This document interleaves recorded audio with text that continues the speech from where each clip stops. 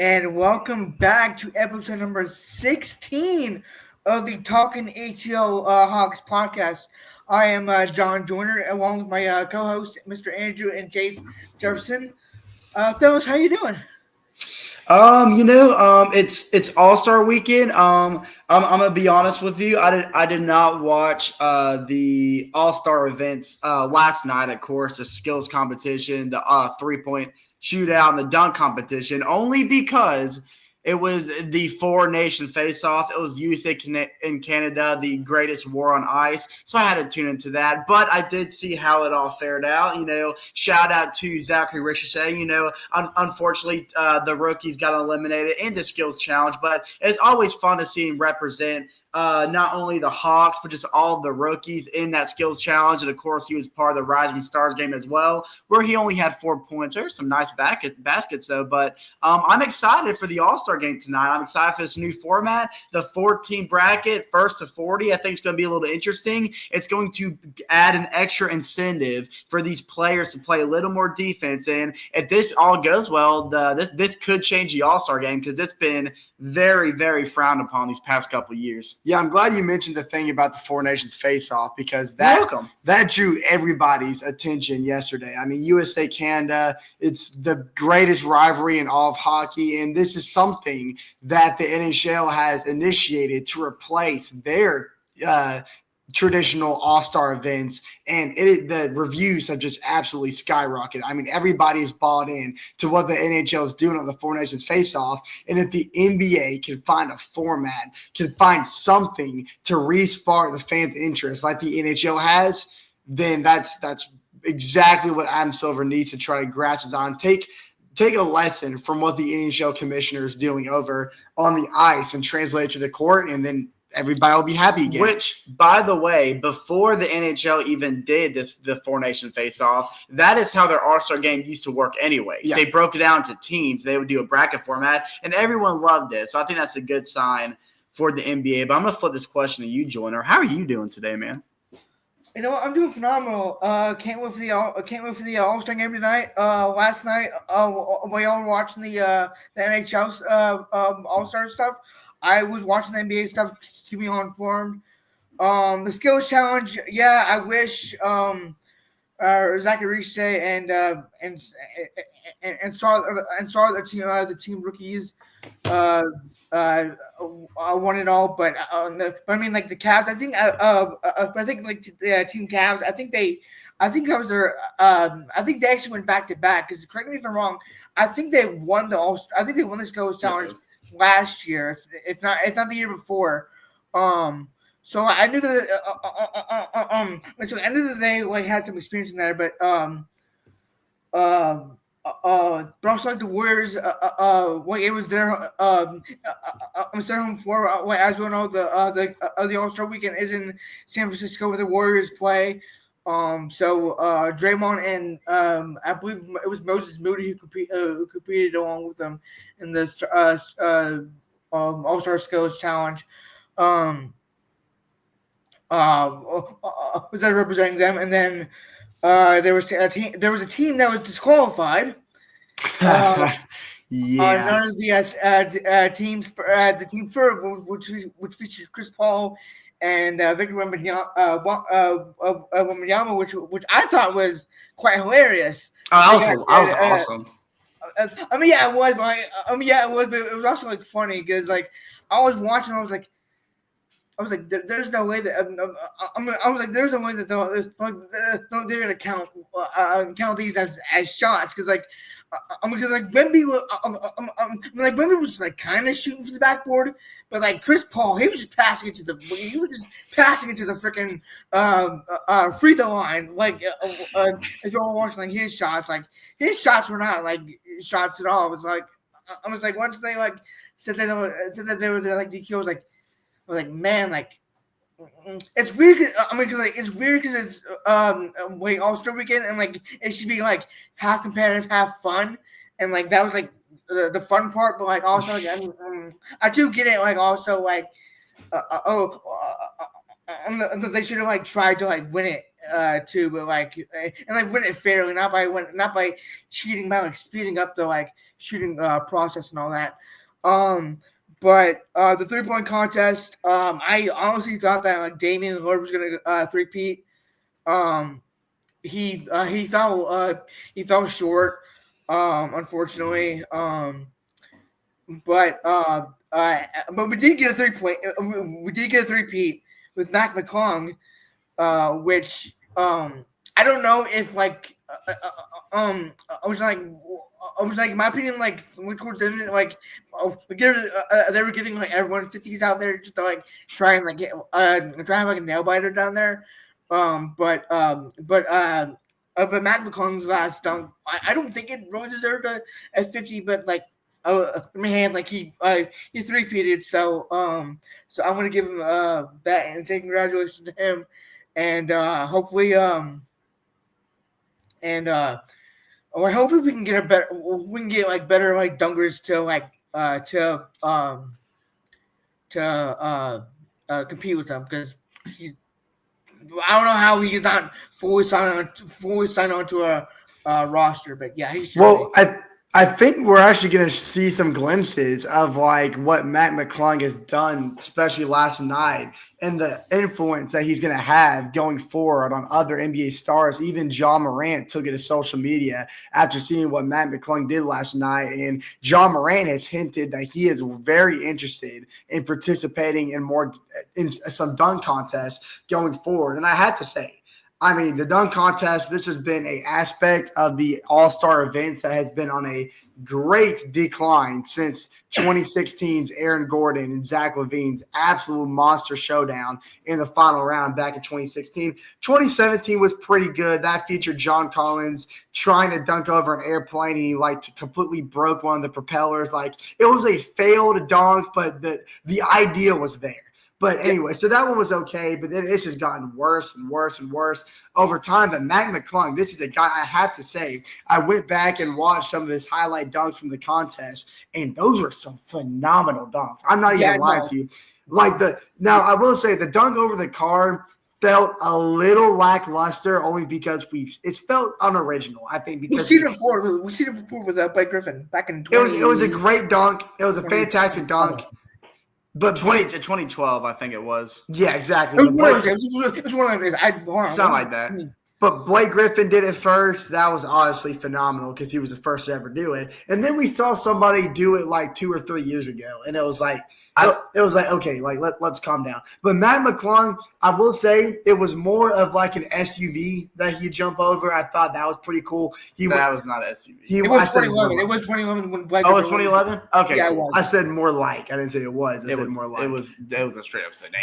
But it was more like an SUV. But he grabbed it, went under his legs, had tremendous height, flew it down with his right hand. But the one that grasped me the most, and I think I can say it for everybody, is when he, again, unoriginal, because he brought somebody out on a little hoverboard and spun around like we saw Aaron Gordon do. But this is when he brought his own individuality into it, which I thought was absolutely great. He ran up, he had one basketball in his hand, and then he had the other basketball with the guy that was spinning. So he ran, and with the other hand, jumped over the guy that was spinning, grabbed that basketball with his left hand, did like a little windmill with his left hand, and then after the left hand went in, immediately caught back and did like a tomahawk. It was absolutely insane. I mean, two like insane dunks in one dunk attempt. That is something I can say I've never seen before. So hats off to you, Matt McClung. That was phenomenal. That 100% deserved a 50, but I think this poses an announcement, or I guess a statement that I think the all NBA world is thinking, and I think Matt McClung's kind of thinking himself. If you didn't know, Matt McClung officially stated that he is retiring from the dunk contest after 3. I'm sorry, continue. No. Someone else announced their retirement as well. Damian Lillard announced his retirement from the 3-point contest after falling short last night. I didn't. Yeah, I did not know about that. I didn't know about Damian Lillard retiring. That's interesting. And I didn't know about Matt McClung either. So sort of like you know something I didn't, and I know something you didn't. We're sharing information here. Yeah. Which I think After he announced his retirement, a lot of people are starting to feel like, well, because Matt McClung's story. He's been in the G League his whole career, and what the NBA loves to do is they like to call him up like 3 days before the dunk contest, just so he can participate in the dunk contest, and then he goes right back down to G League. But no joke, if you just genuinely sit and watch him play in the G League, if you look at his numbers, this is a very talented player that the Magic have in their farm system, and people are just confused why he's not getting his shot. And I think Matt McClung, I'm not Matt McClung, I don't know him.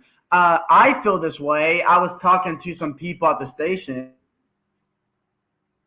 trader, and I think a lot of the NBA world feels this way, but I think the NBA is just using Matt McClung for entertainment because he's talented. He's staying in the G League. He wants a chance in the NBA, and he's just not getting it. The only taste of the NBA he gets is to get called up and to dunk in front of stadium full of people at the All-Star game like a rodeo clown to bring entertainment, and then he goes right back down. When is he actually going to get a shot? And I think a reason that he's retired from the dunk contest is kind of show the NBA, like, I'm not your dancing clown, shout out Pat McAfee, and I want my shot. You're not going to use me for entertainment. Give me my chance, and I'm all for it. And I think if the Magic or just anyone was smart enough, they call him up and let your boy ball out in the NBA because, trust me, this dude is talented, not just in dunking. He is actually a good ball player.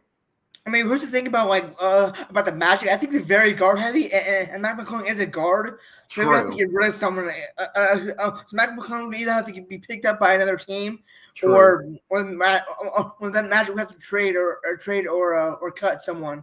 Right. To pick him up. I mean, now you're right. He is talented, but the team he's on doesn't really need him. And that's a good point. That's a good point. Which, that's not a knock on him. That's a knock on the team. Right. Yeah.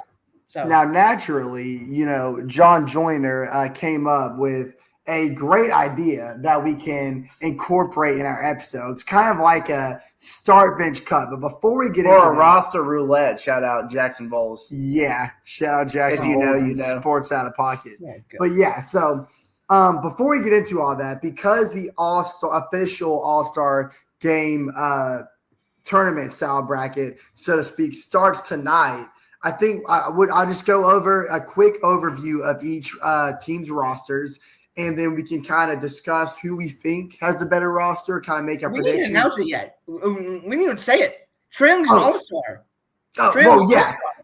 I guess I was gonna kind of try to shadow that once I got to. No, it's good because it was gonna be talked about nonetheless. But yes, because Giannis Antetokounmpo has suffered an injury, just like last year when Trae Young replaced Joel Embiid due to injury reasons. Trae Young is replacing Giannis Antetokounmpo for injury-related reasons, which, by the way, this still goes towards his accolades. So I'm very, very happy. As Andrew's talking, we're just gonna admire our glorious king.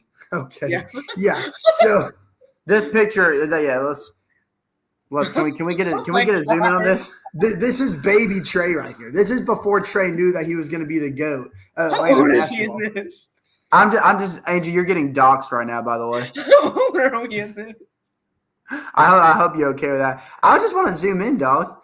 But I'm gonna let Chase figure this one out while I. You can keep talking. I'm gonna figure out how to zoom in. So of course, this is when he was in high school. And last episode, we kind of gave our thoughts as to how we felt about the NBA snubbing Trae Young yet again after having what many seem to agree on to be his best season in his 7-year NBA career, and nonetheless, the NBA did him somewhat justice. I'm not happy how he got in, but I am certainly happy that he got in. And I mean, look at that smile on his face. He's happy too. He knows he belongs here, and he's gotten to see Zachary Richardson in person take place in the Rising Stars Challenge. But let's go over who exactly are on each roster. Now, Trae Young's gonna join us for this segment, by the way. Yeah, he's a little shy right now. Please make this a thumbnail. Just this picture. Yes.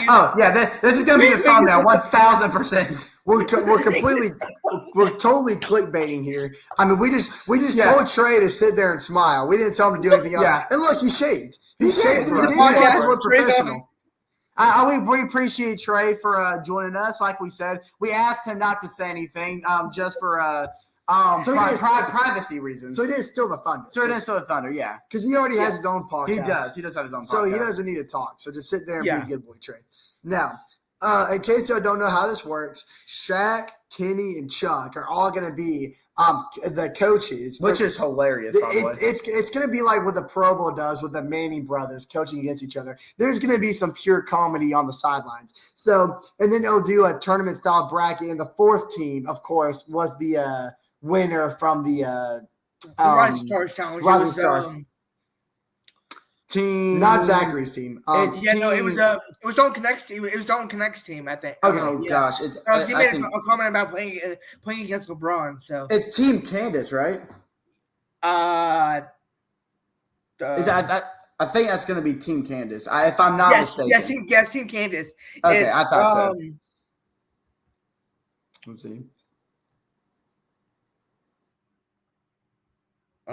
Team Candace consists of Stephon Castle from the Spurs, Ryan Dunn from the Suns, Zach Edey, Keontae George, Tyrese Jackson Davis, Dalton Connect, and Jalen Wells. So that team's about to get cooked. That'll be the C team roster that'll be going up against what we're about to announce right now. So starting with Shaq's team.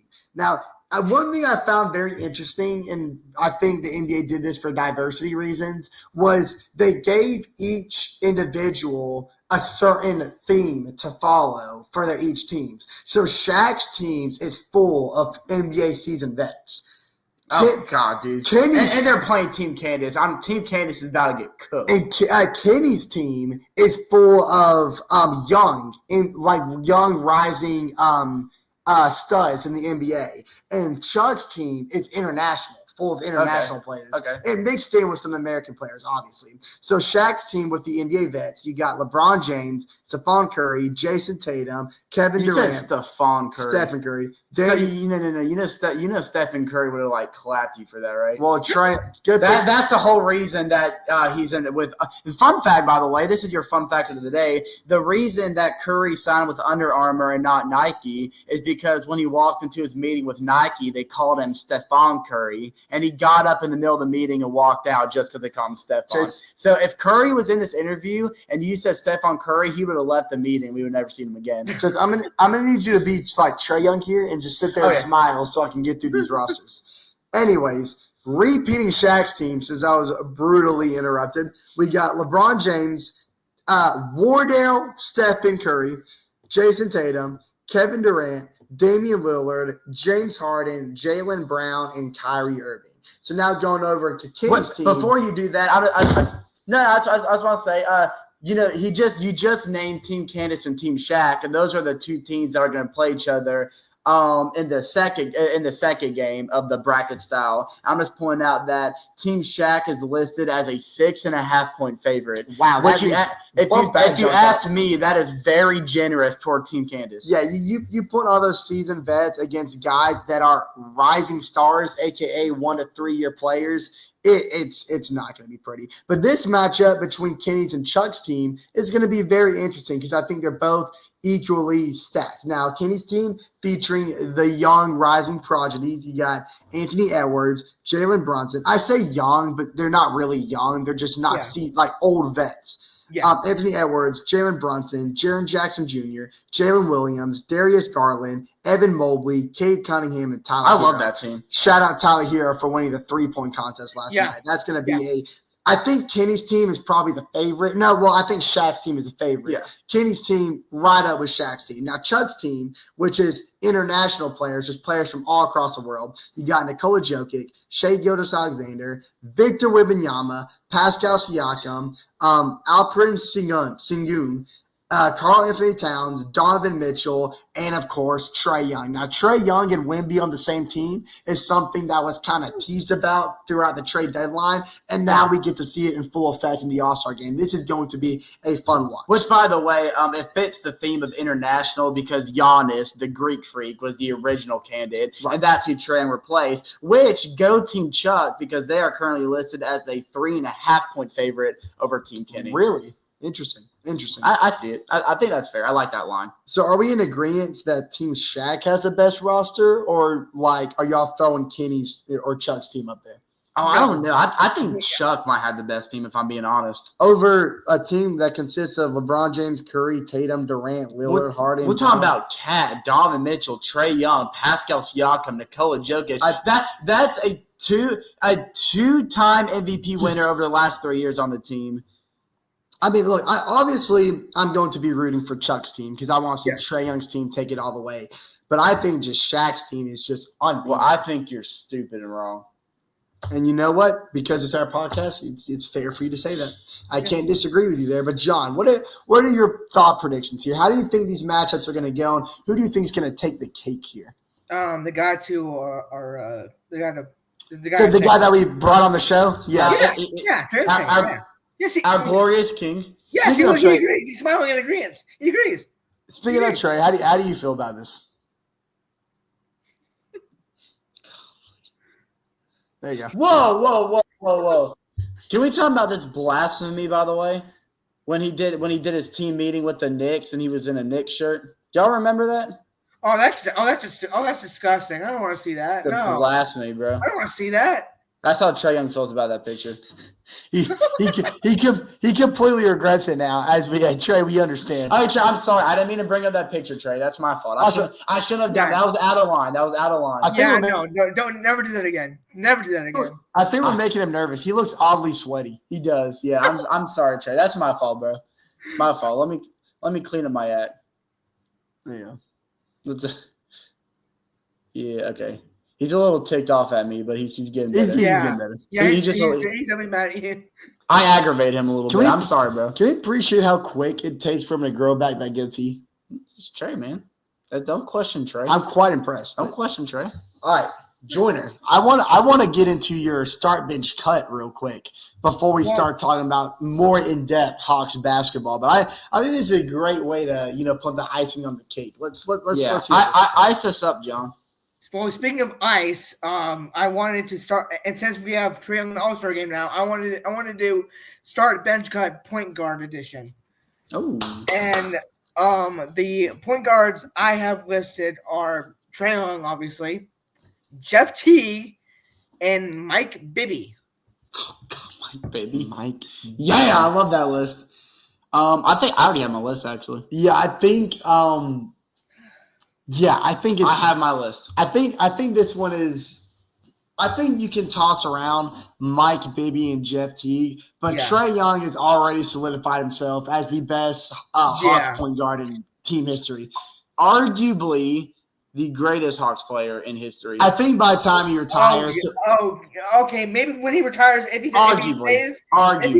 stays in Atlanta. Because I know obviously.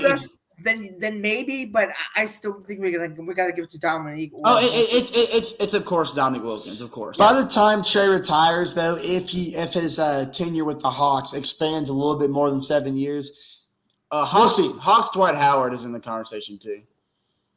Oh gosh, dude, absolutely not. I could leave. No, I'm just kidding. As soon as John Wall took advantage of him in the locker room back when he was with the Wizards. Oh my God! Actually, you know what? Actually, no. The Grace Hawk as Carmelo Anthony.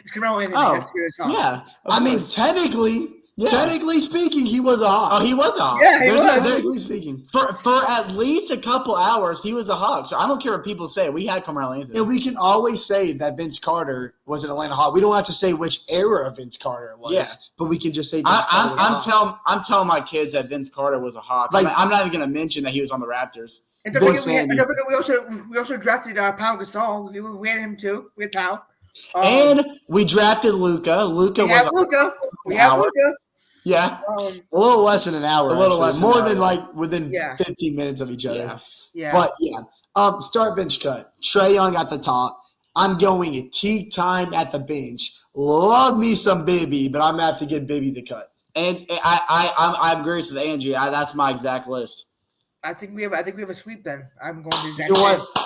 Actually, that might have been a little bit too easy, but I think. Sorry, go ahead, Jordan. I'm thinking like next time we'll try and make it a bit harder. I mean, I think I agree with Andrew. I think you can definitely toss around Teague and Bibby, but I think we can all agree Trae Young is just like. Also, by the way, this is my favorite Jeff Teague moment. Wait, John, did I cut you off? By the way. No, you didn't. Oh, I thought you cut out a little bit. I just want to make sure I didn't accidentally cut you off. Which, by the way, this right here is my favorite Teague moment of all time. I think we need to appreciate just how underrated Teague time was in Atlanta. I mean, 100%. We sit here and boast about Trae Young because Trae Young is, in fact, the greatest point guard the Hawks ever seen. But there is a time period between 2015 to 2017 where Teague's 2-year run, which is I consider Teague's prime. I think everybody would consider that Teague's prime. 2014 included as well. But good Lord, was Jeff Teague. I remember the Bally Sports broadcast used to have a graphic of a clock that would literally say Teague time on it. Yep. Every time Jeff Teague started getting hot because he had every single game, well, not every single game, but every other game. Teague would have this little spurt where he would just put the team on his back for like a 3 to 4 minute span and just electrify the crowd. And that's what I loved about Jeff Teague. He was a streaky point guard. Great finisher too. Absolutely phenomenal finisher. But yeah, Jeff Teague, ladies and gentlemen, this is him in full effect right here. What a pass! Oh, yeah. Can we talk about that logo that we used to have in center court? We need to bring. Okay, we didn't ask for Pacers Teague time. I mean, to be fair, this consists of his career highlights. Okay. So I mean, I guess we're gonna have to. He was pretty good with Indiana. You know, that's where he went right when he left the Hawks. Look at that logo, man. Look at that classic logo in center court. Let's start a petition to bring that logo back. I still have that. Yellow throwback Hawks jersey that we had 2 years ago, my Trae Young jersey. And if we made those our primary jerseys, I would be the happiest man in the world. Okay. Although I love our current brand. I will say the Hawks brand right now is pretty sweet. But nothing's going to beat. I think the first ever Hawks jersey was that blue Corver jersey that we just saw. Like, that's my very first Hawks jersey. And those were clean jerseys, man. Oh, yeah, 100%. 100%. But nothing's going to beat that logo, man. Yeah. Look at that. The Hawk is so just like menacing. Step back. Oh my gosh, what a ridiculous shot. Teague time is real, man. And this was the worst. This was one of the worst things the Hawks ever did was adding neon to their colors. I never understood it. I don't know because I like those jerseys. I didn't like the neon era of Hawks jerseys. I was not a fan. I didn't mind it. It just I didn't get it. Like I mean I understand it was like a noddage to the Pistol Pete days when we had the blue and neon green. I understood that, but with our current colors, the neon just didn't fit. Yeah, to me it just threw it off. But yeah.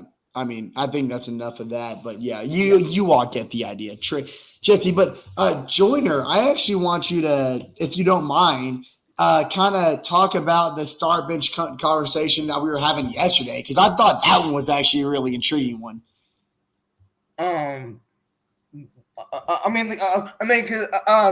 This all started because I believe I found one. I found one yesterday that included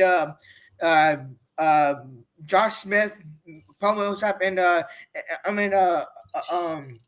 Horford. Horford. Yeah. So that's where I got the idea because I just saw that on Twitter. And I was like, this seems, this might be a little bit interesting to add to our podcast that we do every Sunday.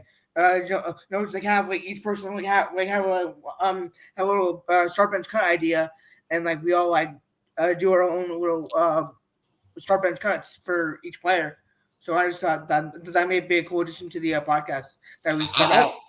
I completely agree. And going back on that subject, though, Horford, Millsap, and Smith. What makes this really tough is that they all play different positions and all had completely different play styles. So it's really hard to stack them up against each other. My list has since changed. Yesterday, I said Horford, Millsap, and Smith. But my list has since changed because I gave it some deep thought. I'm going, now many can disagree, but I do have my reasons. I'm going start Millsap, bench Smith, and cut Al Horford. The only reason I'm cutting Al Horford is because Al Horford, out of those three players, had the shortest tenure with the Hawks. Millsap was on there. Millsap and Josh Smith was on there a lot longer than Horford was there. And I feel like that just needs to be considered. And I think I've always said this since being a Hawks fan. Josh Smith is one of the most underrated Hawks players in history. Yeah, absolutely. In Atlanta history. That guy was crazy.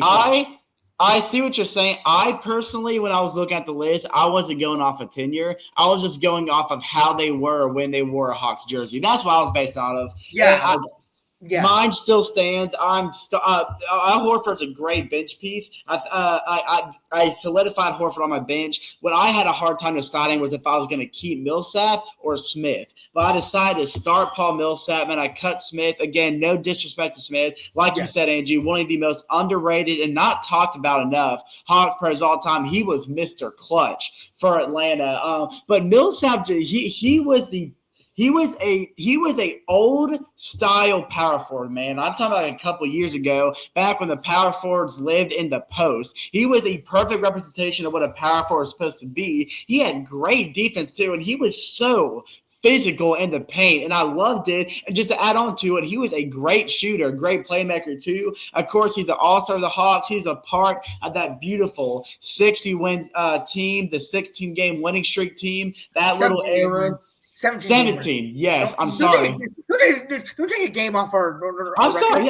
Yeah, Joyner, you're right. Thank you for correcting me. Was it not 19?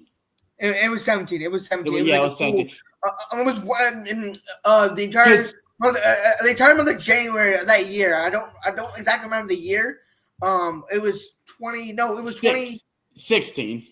It was 19 games. Oh, 2015. It was 9. It was 2015 because it was the year that the Warriors won the finals.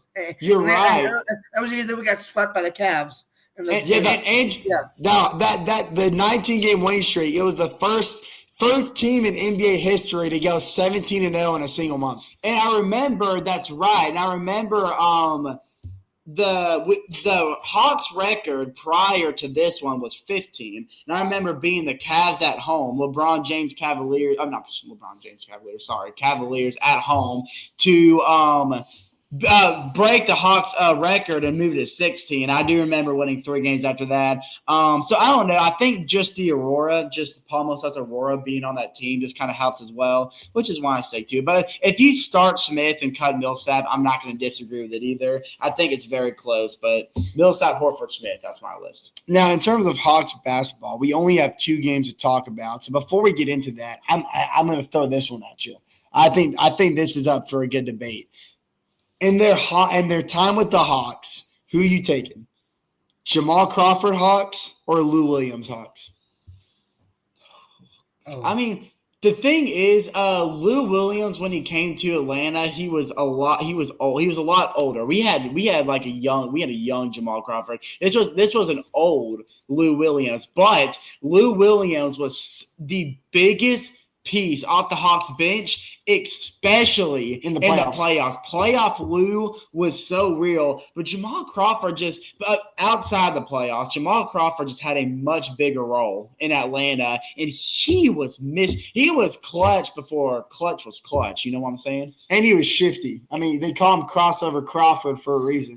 So I think for that reason alone, just because he had a bigger role, I'm going Hawks Crawford, but playoff Lou in Atlanta was such a real thing. He was one of the main reasons we got past that Philadelphia series. He was the biggest player off the bench. Yeah, 100%.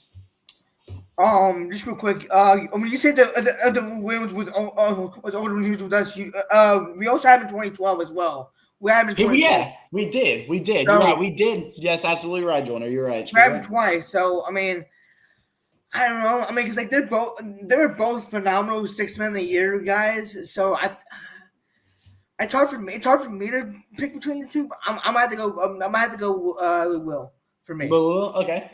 I think I'm going Jamal Crawford. Crawford, okay. Simply because, like you said, just the role aspect he was in the starting lineup, and I think just his impact on the team was because Lou Williams was great in the regular season, but he didn't really start to make his presence known like tremendously, like league wide until he got into the playoffs. Absolutely. Jamal Crawford was more consistent throughout the year, but you can debate it either way. It's not going to hurt my feelings either way you go. But Of course, we are in the midst of the All-Star break. We will not see the Hawks take the court again until Thursday, the 20th of February, when we had that rematch against Orlando. Now, the first meeting between Orlando, which has come really late in the season, which is really odd to me, February the 10th, back on Monday, faced them on the road. It was right after our back-to-back wins against the Bucks and the Wizards. And it was a matchup of two teams that are kind of equally stuck in the mud in terms of injuries that they have to deal with and just overall just trying to find a more sturdy footing on the ground to get their season rolling in the right direction as we now swiftly move through the second half of the season. Which I will say, just a quick note on the injuries. We think we have injuries bad, which we do, but the Magic have it worse, bro. If you can even imagine that. The downfall of the Magic need to be studied in terms of like what injuries has done to this team. But like you said, the Hawks are right up there. These were two teams fighting the same battle. Absolutely right. And it was a great match. Now, this was the game where Trae Young struggled immensely, especially in the first half. I mean, shooting-wise, he shot 6 for 17, but he was 1 for 10 to start the game. And he was 1 for 8 from the three-point line. He had a ridiculous amount of turnovers. He had 9 turnovers to only his 8 assists and only finished with 19. Now, he did hit a very clutch three, actually 2 clutch threes in the fourth quarter. No, it was one because it was one because you went 1 for 8. Yeah, you're right. You're right. So I guess it was just 1 3, but nonetheless, it was a 3 that pumped the Hawks up by 4 in the winding minutes of the game. But the real hero of the game for the Hawks was the newcomers on the bench. Caris LeVert, no question. I know he's only been on the Hawks for like a handful of games, but that was his by far most impactful. Had 18 points with 8 rebounds, all 8 being defensive. He had 3 threes from the three-point line, obviously. I don't know why I had to say that. And then 6 for 11 on field goals. And Terrience Mann shot perfect from the field, a complete 4 for 4. He had 3 threes in that game, 12 points, and it was just – and Larry Nance also was very impactful. And the Gorgeous Name, this is a guy that I've been a very great fan of, one of those other acquisitions that came from Cleveland alongside Caris LeVert. We're going to get into his game against the Knicks here in a minute. But Gorgeous Name, to me, is showing – mirror image signs of what Ersan Ilyasova was for the Hawks when he was there. His size that makes him great in the post, whether it's boxing out or just creating space for another guard. And then his ability to catch and shoot from beyond the 3 from a near perfect percentage, to me, is really aided a Hawks 3-point percentage that was really depleting before the trade deadline came. I mean, this 3-point percentage was dropping to the mid to low 30s over the last few course of games that we had before that deadline acquisition. And then Pablo Vincero and Fred Wagner on the Magic. Wagner. Studs for that Orlando team. 37 from Wagner, 31 from Vincero. They carried that team. Well, Wagner, by the way, like this was like his revenge game because remember that Wagner himself is a little fired up after feeling he was like an all-star snub. But yeah, golly, they combining for a whole 68 of your team's 106 points. That like I hope the whole team massaged their back after the game because of how bad they were carrying. And this is another thing that I really applaud the Hawks for doing in this game was the bench on versus bench when it comes from the Hawks and the Magic. I mean, the Hawks bench, very productive, was a really strong backbone to starters who weren't really picking up the slack. The Magic, they really had no help off the bench. Even Jonathan Isaac was contained to a minimum. Their bench only combined for 25 points. LeVert had 18. LeVert almost had what Magic's entire bench combined. And they outshot us in overall field goal percentage, but it was the bench depth that came in clutch, and especially in that second half. I mean, if you go look at the box score, I mean, the Magic had that game rolling after a 10-point margin in that second quarter, but then the Hawks came out firing, got the lead, cut it within 3 and 4 ahead to the fourth quarter, and then in the final, like the winding moments of that game is when we really saw the Hawks out-rebound and get big interior stops, and we really contained Pablo from the three-point line because that's where he was slashing us previously. But man, it was a fun, hard-fought battle down to the very finish.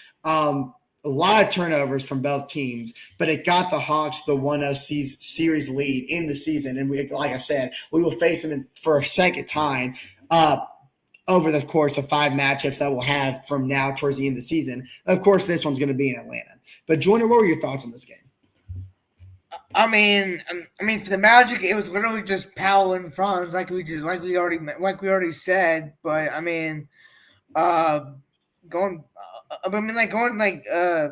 see, but yeah, it was a good showing from our new guys. Karis LeVert and Terrence Mann, the only guys that did that made a huge impact off our bench. Dropping 18 and 12 respectively for LeVert and Mann. Muhammad Gay made I love that. It was like his second start. Was that his second or third start for us? That's right. I'm glad you mentioned that because I completely forgot to say that, yes, Muhammad Gay did get the start not in Orlando, and that's a guy that I think we're going to get vivid starts throughout the course of the season as we progress because, man, I am a big fan of Muhammad Gay and how his play style, especially when it comes to interior defense. Which is another reason I really want, and I'm still a little disappointed. And that the Hawks didn't ship Clint Capella at the trade deadline, and I'm not here hating on Clint Capella because I'll be fair. Clint Capella has actually been a pretty good asset for the Hawks this year. But what I'm just waiting for, I cannot wait when Okongwu finally gets its official starting role with the Hawks, and then have Muhammad Gay come right behind him, and just let those two young pieces continue to grow, and they're just going to be a brand new Clint Capella. Like I'm talking Houston Rockets Clint Capella. I'm talking about one on the starting lineup. One on the bench, and they can both shoot, and that's what I love. They are both shooters as well if we need them to shoot from deep, and I'm just waiting for the day where the Hawks have that solidified as their two big mans in the starting role on the bench. But we're gonna have to wait a little longer for that, which I'm not hating. It's just facts. But yeah, meme over you. But that's what I do. If we want to get into the next game, I'll let either you and Joyner hop into that one because that was an all-time banger in the Garden. I'm gonna let Joyner take the lead on this one. Okay. Yeah. Like we just said, it was an all-time banger. Us in the next week. Well, it's really not us. It's really Trae Young in the next. His second home, baby. Yeah, that whole thing. So yeah, we went to Trae Young's Airbnb. Nice little vacation spot for Trae Young that he likes to go to like a few times during the season. Just to get away from Atlanta. Because we don't know, like Atlanta's traffic is bad, so I was like, you want to go to New York for a bit, go to time. You want to go to you want to go to the Big Apple, who doesn't from time to time, but exactly. Yeah. So the Hawks had it was pretty much a back and forth between the Hawks starters and the Knicks starters because everyone ate. It seemed like everyone ate. It seemed like everyone got the had 38, 19 assists. Okongwu had 21, 14. Daniels had 23 and 4. Riche had 16 points, but then Karis LeVert and Gorgeous Niang had 20 and 21 off the bench. But for the Knicks, which was this style, I'm surprised that this game went into overtime with right. With how much they ate. Jalen Brunson had 36 and 8. Precious Achiuwa had 26 and 8. Yeah, he was very good. Mikal Bridges had 11 and 4. Josh Hart had 18 and 10. But Karl Anthony Towns had what else can you say about Cat? Freaking points. What else can you say about that?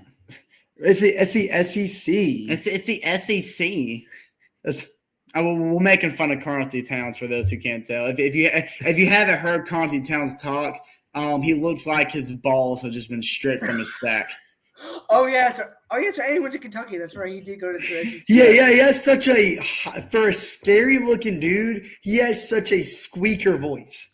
It's Karl Anthony Towns. It is hilarious. It's Kentucky. It's the SEC. Sorry. Yeah, but no. All disrespect aside, Karl Anthony Towns was a unit for the Knicks in this game. But I'll let you kind of talk about it more in depthly, Chase. Take it away. Well, so here's the thing. I find it very comical that after the game, I was kind of scrolling through social media and I saw all the Knicks fans saying, oh, this was an embarrassing win for the Knicks. We had to go to overtime against the Hawks. Like we should have destroyed them. I'm like, buddy, this is an even series now. Like you're talking about ever since Trae Young has been a member of the Hawks, we have been neck and neck. Not even neck and neck. We've been a step above y'all since Trae Young has joined the Hawks. We're talking about the same team with just a couple months ago were the reason y'all didn't go to Vegas to compete in the in-season tournament. So I don't want to hear all this, it was a bad win for the Knicks. But I will say, on the side of the Hawks, so I know we're 3-1 now since after the deadline. We were heading into New York on a 3-game winning streak, and there is no shame in this loss whatsoever. Yeah, no. I mean, we were kind of thinking after what the Hawks did in the deadline, the Hawks, like after the deadline moves, everyone thought the Hawks have solidified themselves a spot in the play-in. No more than that. But based on the 4 games we've seen after the deadline, I'm starting to disagree. I think Trae Young almost has in his mind, I think we mentioned this a little bit last episode, I think Trae almost has in his mind that he kind of knows his time in Atlanta is running out, so he's just giving it his all. He is trying to get as much chemistry with his current players as he possibly can, and so far he is, because the way he's just including the bench assets, not just Trae Young, but the entire team. Terrence Mann didn't do much, but like we said, Nang with 21, LeVert with 20, both of them shooting, Niang shot 50%. Almost 50% from 3 by himself. And with that kind of bench performance, we saw it against the Magic. We saw it against the Wizards. We saw it here against New York. With that kind of inclusion with the bench, paired that with the stars the Hawks have in the starting lineup, especially with Zachary Richardson being healthy now, starting to get better, Mohamed Gay having a bigger role, it is going to do wonders for this team for the rest of the year. And, I mean, this was anyone's game. The Hawks had a 3-point lead at one point in this overtime until Jalen Brunson I think Andrew was trying to find – this is right here. So until Jalen Brunson took this tough mid-range, by the way, on Dyson Daniels. It was a deep mid-range, too. He hit this go-ahead jumper to give them the 1-point lead. We'll show a replay here. Dyson Daniels playing great defense. Brunson just, with that little jab, got some separation. 11 seconds left, took the lead. Now, this is a play I want to talk about. Trey, what you're about to see, whether you think this is a foul or not, that's up for debate. That's not what I want to talk about. If you want to go ahead and play it here. And this is getting into what I was talking about, Gorgeous Gang, when I was alluding to it, when I was mentioning it during that Magic recap. Like I just mentioned, at this point, he was 4 from 9. Now, I personally don't think this was a foul. Some people do. I am okay with this non-call. I like the no call. I do say I think it could have gone either way, but I think Bridges just played good defense. As a basketball fan, I would have hated for the game to end on a controversial call like that. So I am okay from the baseline's rest perspective to just let that one play out. But it's what happened after this that we want to talk about. So good play by Bridges. Okongwu, nice hustle to keep it in play. Finds Niang in the remaining second, wide open in the corner. He has been our most lethal shooter off the bench, probably besides Trae Young, the most lethal shooter of the night. This is the shot that all Hawks fans could have prayed for at this moment. And I can't explain it. Wide open from the corner. He's been hitting all night. Great shot. Just shot it a little short, hit the right side of the rim. And that's how we lost, man. I mean, it's a loss you can't hang your head low. Like, this is a good loss for the Hawks, and it gives me a lot of confidence because after this loss, 3-1 heading into break, after the deadline, heading into break, a lot of momentum to carry with us because we have a pretty tough schedule looking ahead for us. We opened up the Magic. We had the Heat back-to-back, but then we got a tough matchup against the Thunder to end February, and then we head into March, and we got the Grizzlies, Bucks, Pacers back-to-back, the Clippers, the Warriors, the Bucks again, the Rockets. I mean, it's just not pretty pickings after the All-Star break, so momentum is something the Hawks are desperately in need of. Yeah. What you think, Joyner? Can you hear me? We can hear you. You're kind of frozen. I'm not. For some reason. My webcam's frozen. I don't know what's going on with that. You're fine. The face you're making in this freeze cam kind of looks mad. I was getting a little concerned. Like it's kind of disturbing myself. I don't know why it's like that, but but we can still hear you. But yeah, I remember texting during that final out of bounds play. I was like, I hope this ball doesn't go to Okongwu way off the inbound. And with the Okongwu, the Raptors game out. That same play against the Raptors live. Horrible. But yeah, I don't think I saw enough off that contact enough contact to be okay, maybe Trent should have gotten fouled there, but right. That was a tough shot by Niang. Wide open look too, but I mean, hey, you can't make them all. It's just a very tough look, but you're right. And we're definitely not putting the loss on Niang. We're just shocked he missed it. But I mean, I'm really happy we got that shot though. The way the play worked out, that was a shot you couldn't have asked any better. And I'm pretty sure that the whole point of that play there was what I think it was pretty similar to what Quinn Snyder told Trae Young in that game against Detroit.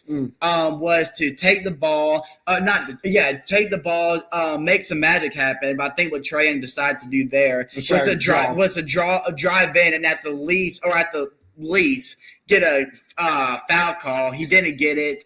So really, a player we're not talking about a lot that was probably the biggest part of that play was Nneka Okongwu, because the only reason Niang had that shot was Okongwu fighting for that rebound and then kicking out to Niang as he was falling out of bounds. So that was actually a really huge play for Okongwu, and it's the only reason Niang even had that shot. But yeah, we are sitting here with anticipation about how this second half is going to go. But of course, first we've got to sit back, relax, enjoy this All-Star Weekend event that's going to take place tonight, and starting at 8:30 on TNT. And the three quick off days before we get into the official last stretch of the season before the NBA playoffs. Praying that the Hawks can somehow fight for the 6th seed, which is still very much in reach, and not have to play in the play-in. But does anybody have any final thoughts before you wrap this up? I think I'm I think I'm good. I don't know what's making me do this, but I just want to add something a little interesting here. I'm gonna just throw in a little wager, just for the humor of all of our listeners out there. If Team Candace ends up winning this All-Star game, I'm going to what I'm going to do. If Team Candace wins this All-Star game, I'm going to shave. This is what I'm going to do. For all the fans, if Team Candace wins the All-Star game, I'm going to shave this half of my beard, keep this half. Then I'm going to shave this part of my mustache and keep this part. So I'm going to have half for the next. If Team Candace wins the All-Star game, for the next episode, I'm going to have half a mustache and half a beard. On opposite sides? On opposite sides. That's crazy. That's crazy. Yeah, there's no shot Team Candace. So y'all heard it here first. If Team Candace wins this game, next episode. Wins a game or wins a whole season? Wins the whole thing. Like, if Team Candace wins the whole tournament. They're not even getting past Team Candace. I don't think so either. But okay, you heard it here first. But thank you so much for tuning in to episode 16, guys. We are officially at the halfway point. We have got a little less than 40 games to go, and then we are going to be talking about some NBA playoffs. As for me, Chase, and John Joyner, of course, we will see you guys for episode 17. Goodbye!